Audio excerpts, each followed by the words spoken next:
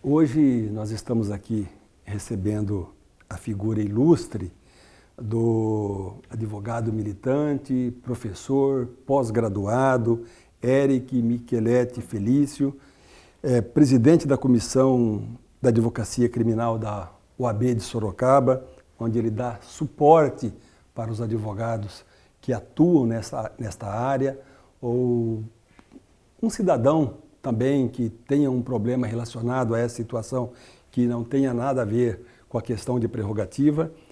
O doutor Eric, ele é chamado a trabalhar em prol dessa pessoa que de fato venha precisar sobre essa situação.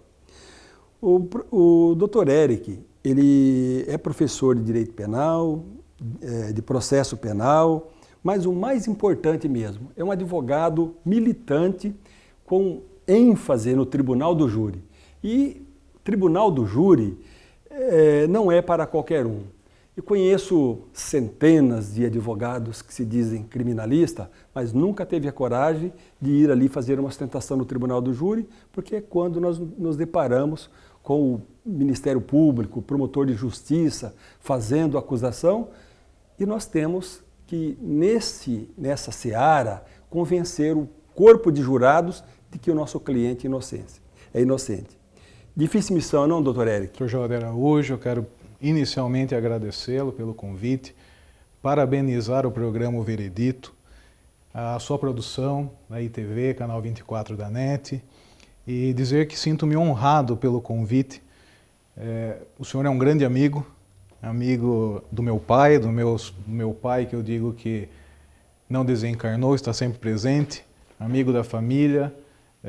Sou amigo do seu filho, João Luiz, um grande presidente hoje da Comissão de Prerrogativas da OAB de Sorocaba, e de modo que tudo que o senhor disse a meu respeito é mera gentileza de sua parte e menos merecimento da minha.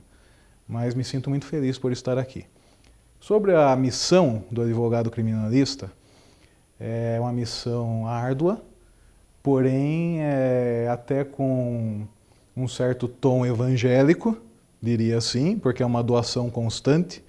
É aquela profissão que faz a pessoa doar-se constantemente ao próximo e muitas vezes sem receber nada em troca, sequer um obrigado do cliente.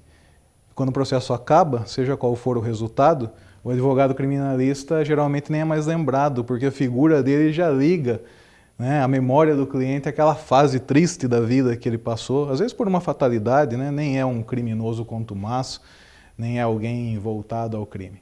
Então é uma missão realmente que nos honra, que faz com que exerçamos a solidariedade, a fraternidade, né? E lógico, é uma profissão que nos estimula cada vez mais a confiar no ser humano. Doutor Eric, eu tenho certeza absoluta, e não é pela nossa amizade não, é pelo seu conhecimento, pela respeitabilidade de que você goza no seio da classe dos advogados, entre a própria população que são seus clientes, porque você é um advogado sério, um advogado honesto, é um advogado que não tem aquela luta, aquela preocupação, aquela fome voraz pelo valor, pelo dinheiro, faz da advocacia, sim, um verdadeiro sacerdócio. Então é por isso que você, Eric Micheletti, permita-me chamá-lo assim, que você está aqui. É pelo seu conhecimento, por aquilo que você representa para todos nós advogados e principalmente para o jovem advogado, para o estudante de direito que vai iniciar as suas carreiras jurídicas. Ele é bom que se espelhem nos grandes advogados, naqueles que têm alguma coisa a dar, né? E que possa servir de exemplo. Nós trazemos aqui exemplos. E às vezes as pessoas, quando deparam com um advogado criminalista, né, às vezes próprios setores da imprensa, às vezes nos crucificam. Eu falo nos crucificam porque eu também atuo na área criminal, não com tanta ênfase como o doutor Eric, mas a gente também tem lá algum histórico relacionado ao tema propriamente dito, direito penal. Já dizia um grande jurista, né, Vitorino Prata Castelo Branco, que defender o criminoso arrependido ou inocente perseguido, eis a grande missão do advogado criminalista.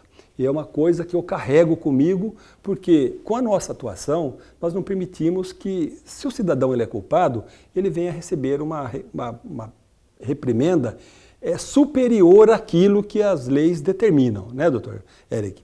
É um trabalho que deve ser feito.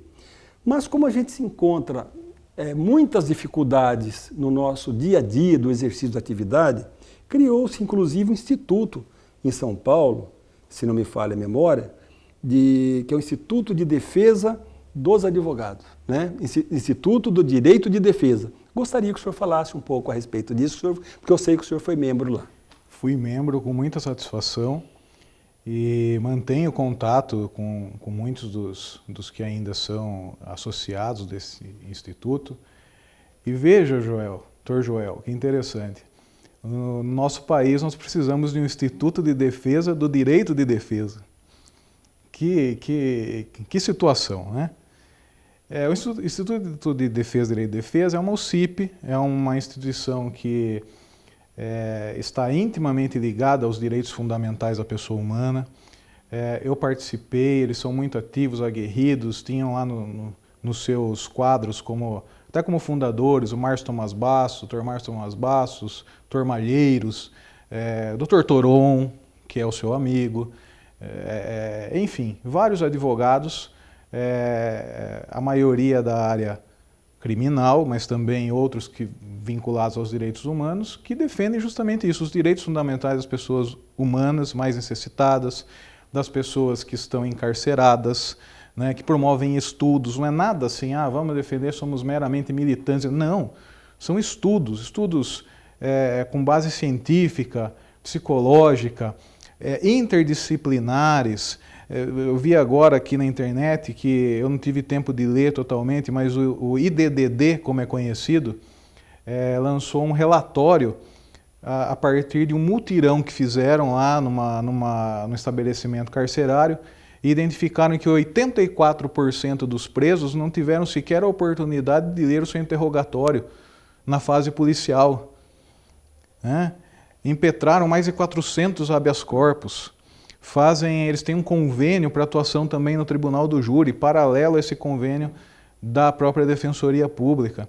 Então são pessoas abnegadas que eu tive o prazer de compartilhar o mesmo espaço, a presença durante alguns anos, e depois, por motivos outros, acabei não fazendo mais parte, mas estou ligado ideologicamente a institutos como esse, como o Instituto Brasileiro de Ciências Criminais, o IBCCRIM, enfim, nós que somos militantes, né, da defesa dos direitos fundamentais, frequentamos institutos que defendem a pessoa humana, né?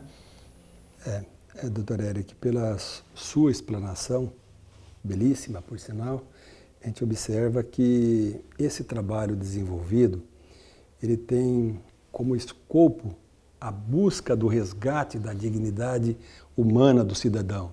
É uma forma de efetivamente fazer aquilo que o Estado não faz, que é reinserir na sociedade aquele cidadão que se encontra preso muitas vezes por algo que não cometeu, e às vezes até a própria mídia ela mostra pessoas que passam 6, 7, 8, 10 anos presos e depois eles descobrem que aquele cidadão ele era inocente. Mas e aí, doutor Jó, se me permite, quando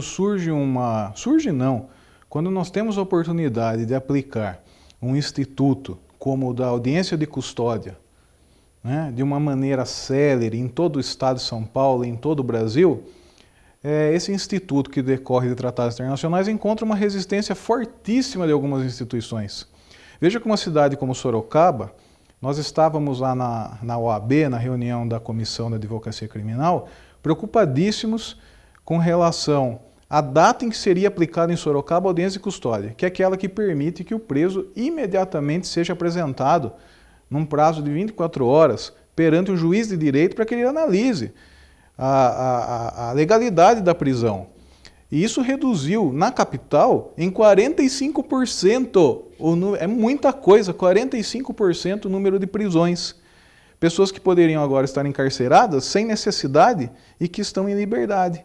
porque tiveram a oportunidade de conhecer o juiz, de olhar para o rosto daquele que tem o poder de lhe devolver a liberdade. Olha, esse flagrante é ilegal, vamos relaxar, vamos conceder liberdade provisória. Medidas cautelares substitutivas à prisão. E nós debatíamos, não tínhamos ainda um norte, até que verificamos recentemente, havia uma notícia de que Sorocaba iniciaria agora com o programa de audiência e custódia em maio, mas tomamos conhecimento por normas do tribunal que só em 2017. Em maio, salvo engano, maio de 2017, porque a aplicação é gradativa, e esse gradativo, né? Então, realmente, nós precisamos repensar alguns conceitos, né, que envolvem a liberdade humana, né? E o Brasil, né, doutor Eric, o senhor conhece muito bem essa questão relativa ao problema de natureza penal, já vem aí sofrendo interferências, né? Há algumas intercorrências da Organização dos Estados Americanos, de alguns órgãos ligados à própria ONU, né? Porque o nosso sistema carcerário aqui não recupera ninguém. Então, quando se fala que nós temos, na verdade, uma universidade do crime, né? Que o cidadão ele entra ali, às vezes ele cometeu um deslize, uma coisa pequena, né? E ele acaba cumprindo uma pena extremamente pesada, e ali ele vai ter contato com pessoas de alta periculosidade, vai ser contaminado na sua saúde, no seu intelecto, vai acabar se transformando um bandido de verdade. E quando ele sair dali, né, ele não vai sair recuperado como está escrito na nossa legislação. Ele vai sair, na verdade, muito pior do que entrou e jamais ele conseguirá recuperar. Depois, a partir do próximo bloco, nós vamos adentrar ao tema novamente, porque nós vamos agora a um rápido intervalo.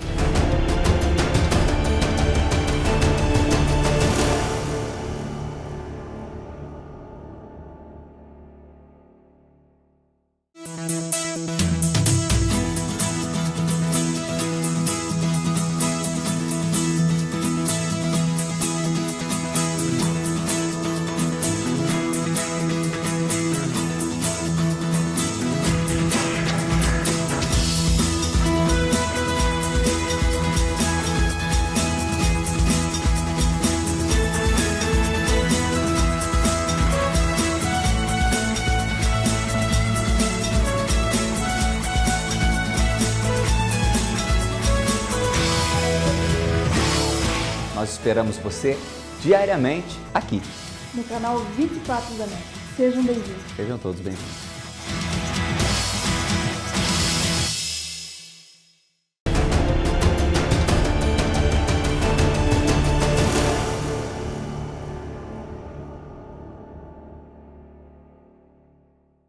Dando prosseguimento ao nosso programa, né, o Veredito, que hoje nós temos a grata satisfação de receber o professor, doutor Eric Micheletti, que é um dos baluartes da advocacia criminal aqui na cidade de Sorocaba, advogado militante, homem que tem coragem, que realmente, quando ele patrocina a causa, ele patrocina, utiliza de todos os recursos necessários, não faz aquela brincadeirinha de advogado criminalista, é um criminalista real, e isso envaidece a todos nós advogados, nós que vivemos da advocacia, e é por isso também que volto a reiterar que as pessoas que nós trazemos aqui para participar conosco desse programa são pessoas que servem de exemplo.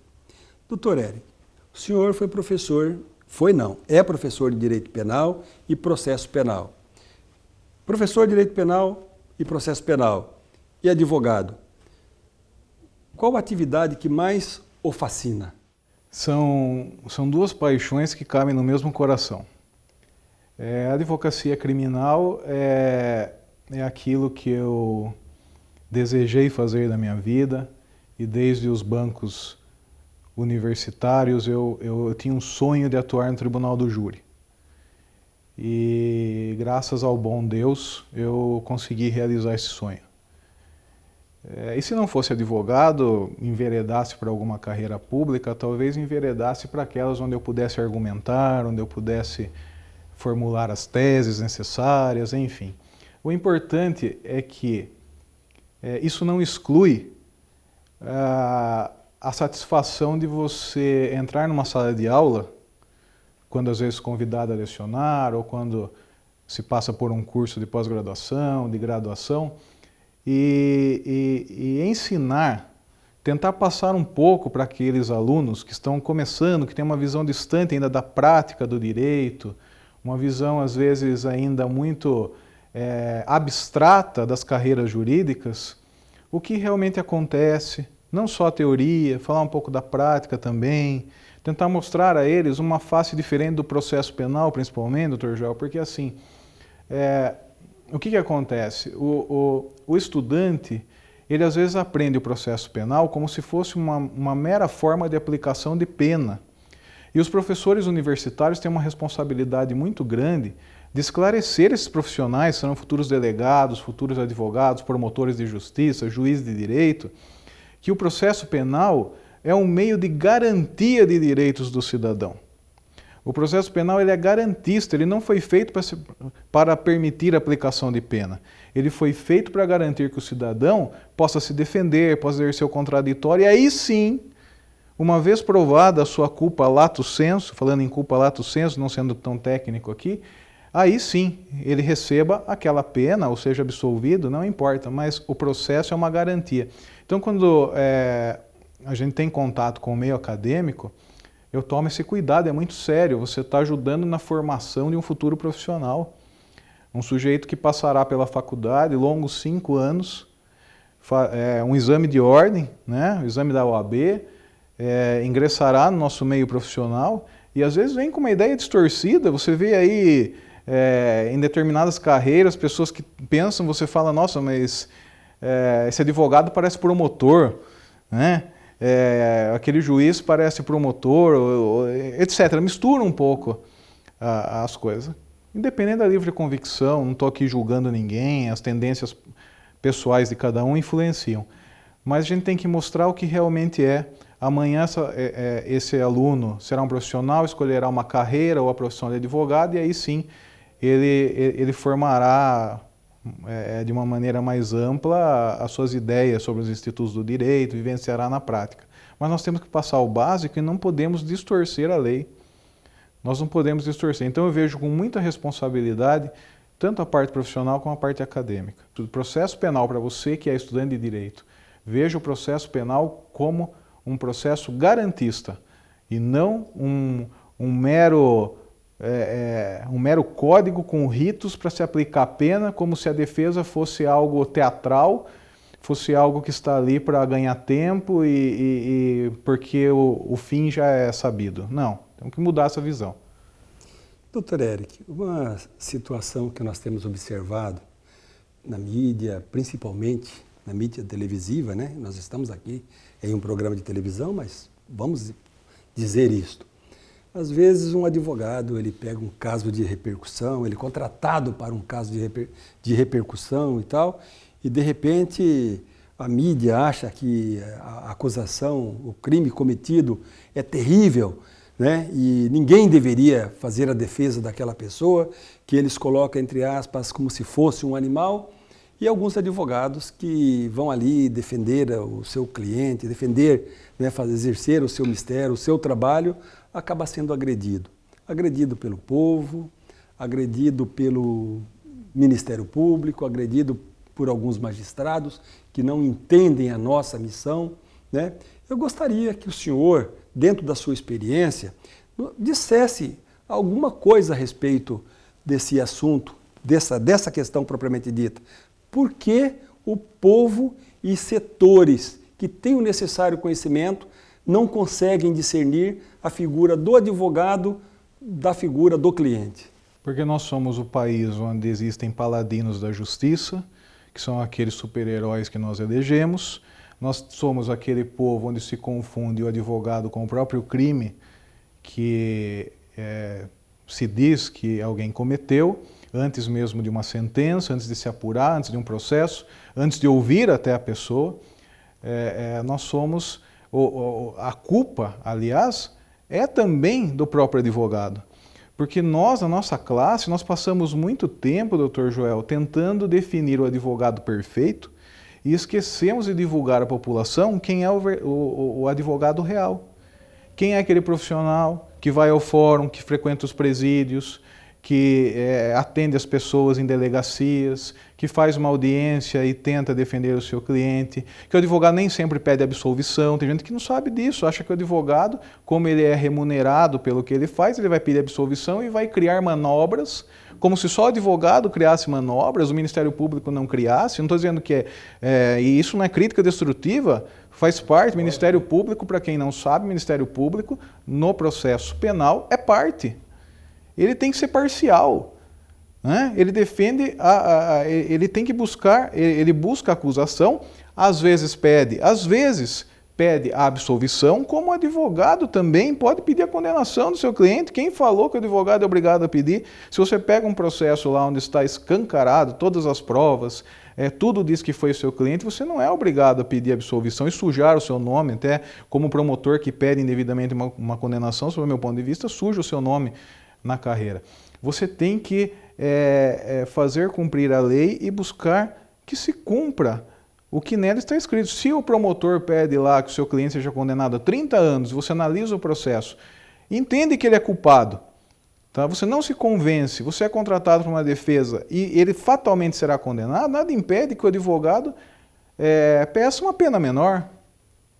O senhor já fez isso, eu acredito, eu também já. Então as pessoas confundem a figura do advogado com o próprio crime. O advogado não defende o crime, o advogado defende a pessoa, os direitos da pessoa, para que ela tenha um julgamento justo, seja condenada, seja absolvida, que ela tenha um julgamento efetivamente justo, onde ela seja tratada como inocente, ela tenha contraditória e ampla defesa. Infelizmente, aliás, vou mencionar um autor que eu sei que você gosta, Carnelutti, Francesco Carnelutti. O advogado diz Carnelutti, é o único profissional que não é autoridade dentro do processo penal. Todos eles são. O promotor, o juiz, de certa forma, eles exercem uma autoridade vinculada ao Estado. Nós não. Nós temos que nos agarrar nas nossas prerrogativas e é muito difícil a atuação do dia a dia. Nós sentamos, segundo Carnelutti, no último degrau ao lado do réu. Estamos lá, confundidos com ele. E mesmo assim, vincula-se essa imagem, é difícil de separar, né? Talvez por isso haja uma resistência. Nós, advogados, deveríamos fazer uma apresentação melhor ao público. A imprensa, o senhor falou do IDDD. O IDDD tem um manual chamado Direito Penal para a Imprensa. Olha que coisa interessante. Direito Penal para a Imprensa. E fazem cursos para aqueles jornalistas da área criminal entenderem os termos técnicos, o que significa o recebimento de denúncia, que não é condenação, quando alguém é enviado a júri, que ele não está condenado, né?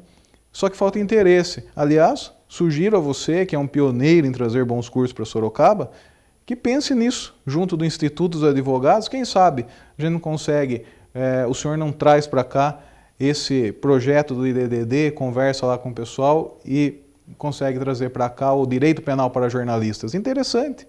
Olha, iniciativa boa.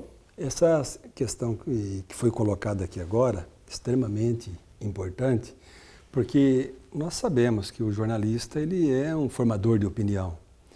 Em determinada situação, alguém respondia a um crime, né? Um crime até extremamente pesado, foi capa de jornal e tal.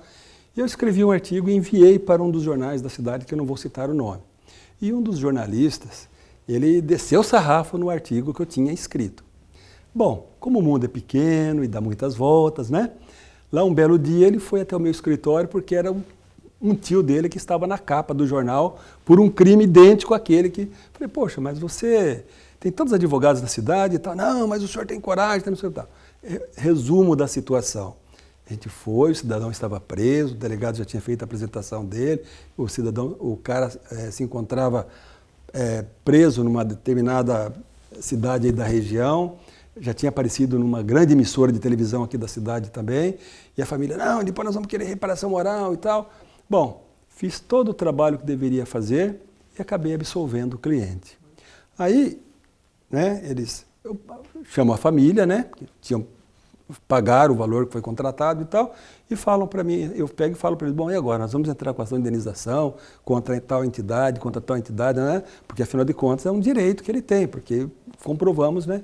Ah, não, quanto mais mexer nessa coisa aí, vai ficar pior e tal, pelo menos cai no esquecimento, é melhor, e preferiram assim. Então, tem essa realidade, né? Tem essas questões. Então, nunca eu penso que deve-se acreditar na primeira notícia que se vê. Fulano de tal cometeu um estupro, fulano de tal praticou um assalto, fulano de tal é um traficante.